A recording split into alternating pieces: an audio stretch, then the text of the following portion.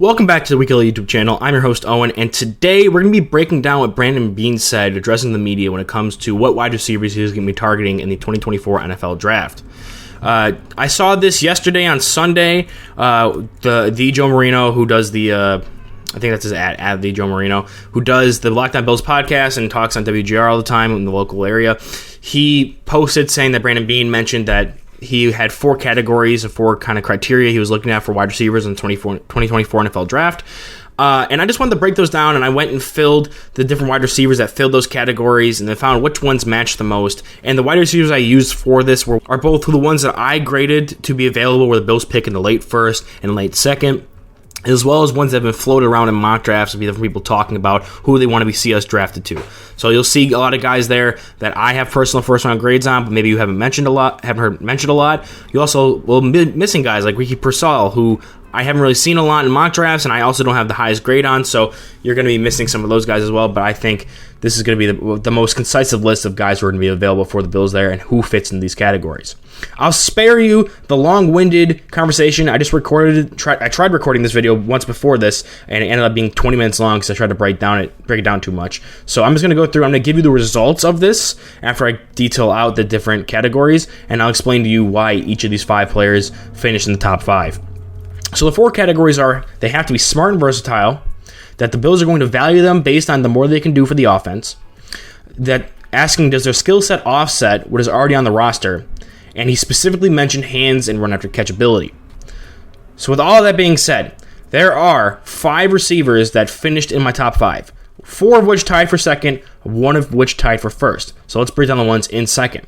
The first one in second place is Troy Franklin, who finished with 3 out of the 4 categories. The only one he missed out on is specifically mentioned hands and run after catch ability. Specifically, I chose that because Troy Franklin offers versatility when it comes to inside-outside receiver play. I think his route running and his speed translates to something that they don't really have in the offense right now and can play both inside and outside. He's a bit on the smaller side, but I do think his release package and route running is better than what people give him credit for, as well as will offset a little bit that size concern. He does have the big hitting ability, which is kind of what offsets his skill set, as well as just being a good route runner, which you do like to pair with Josh Allen.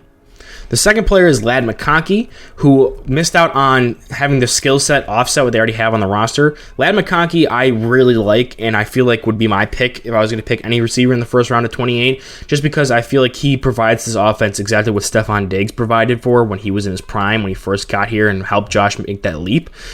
With being an inside-outside kind of guy, can play slot, can play outside, even though I do question how he handles press a little bit on the outside, but I do think he should get better with that as time goes on because he does have a good release package. It's just going to be getting used to being contacted more and more often in the NFL, as well as being a fantastic route runner, an elite route running prospect, having fantastic hands, having good down the field speed, 4.4 speed there, and I do think he does well with the ball in his hands and is very smart because he worked off of quarterbacks like Carson Beck and Stetson Bennett when they have to scramble out. I do feel like he was exemplified a highly intelligent football player at the wide receiver position at his time in Georgia.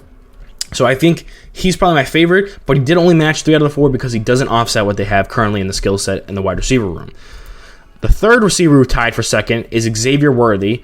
Enough said there. I think his speed and his ability to work inside and outside fills both don't have the skill set on the offense currently and can work inside outside. That speed is deadly from both the slot where he can get off the line with no real press, as well as outside because I do think his release package isn't terrible and they're going to have to play off coverage a lot more on the outside, what you can kind of get away with in the slot with deep safeties. On the outside, you have to play your corners off more and provide more of a cushion because, outside receivers can attack that boundary a lot easier than when they're in the slot. So I think he has that inside-outside versatility. I think he has that speed element that offense is kind of lacking. The overall thing I think they're lacking is speed and a big body contested catch weapon, which you can argue about the severity of both things and how much they actually need one of those options on the offense, but that's not what Brandon Beane said. They just said he wants something that offsets the skill set. So Xavier Worthy definitely does that. His run after the catch, just because he is more creative with the ball in his hands, he has that speed and that acceleration, I think is something that contributes to that.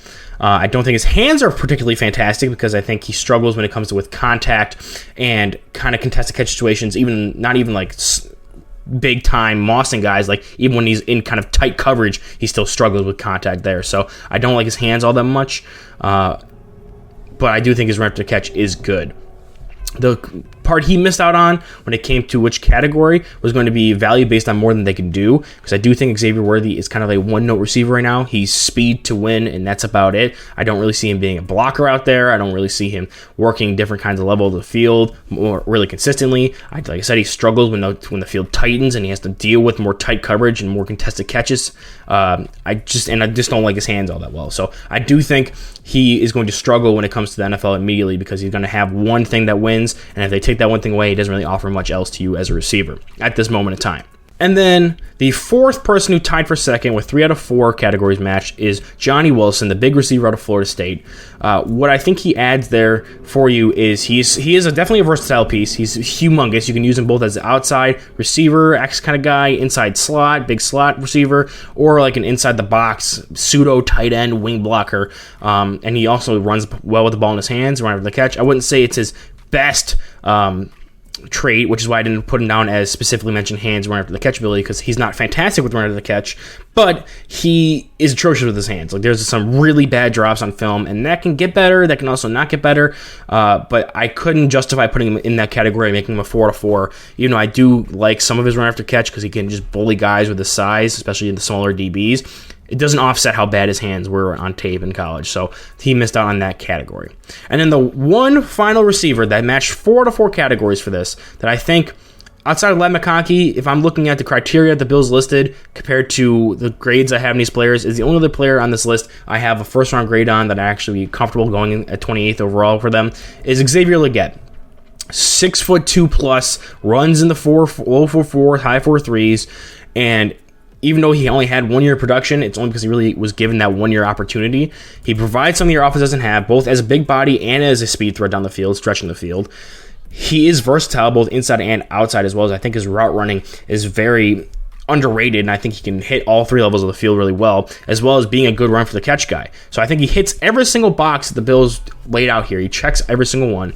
And if you're going to draft somebody back end of the first round, trade back into the second, grab him early, or even if he lasts because of maybe some medical issues or some other concerns, if he lasts until the back half of the second, that's an absolute home run pick. So even though I'm not the biggest wide receiver guy, based on what Brandon Beane said and with my personal grades, I do think Xavier Legette is the most likely Buffalo Bill of this list, and I am okay with that. So let me know what receivers you think match these 4 categories more than what I laid out here.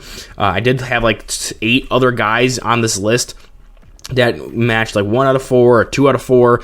These were just the ones that matched all 4 or 3 out of 4, so they made it onto the final top 5 thing here to keep this short and sweet. So tell me how you feel about any of these receivers going to the Bills, either the back half of the second, back half of the first, early second, depending on trade options.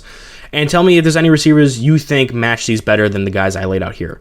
Go ahead and leave a like, subscribe, all that other jazz, and I'll see you in the next one.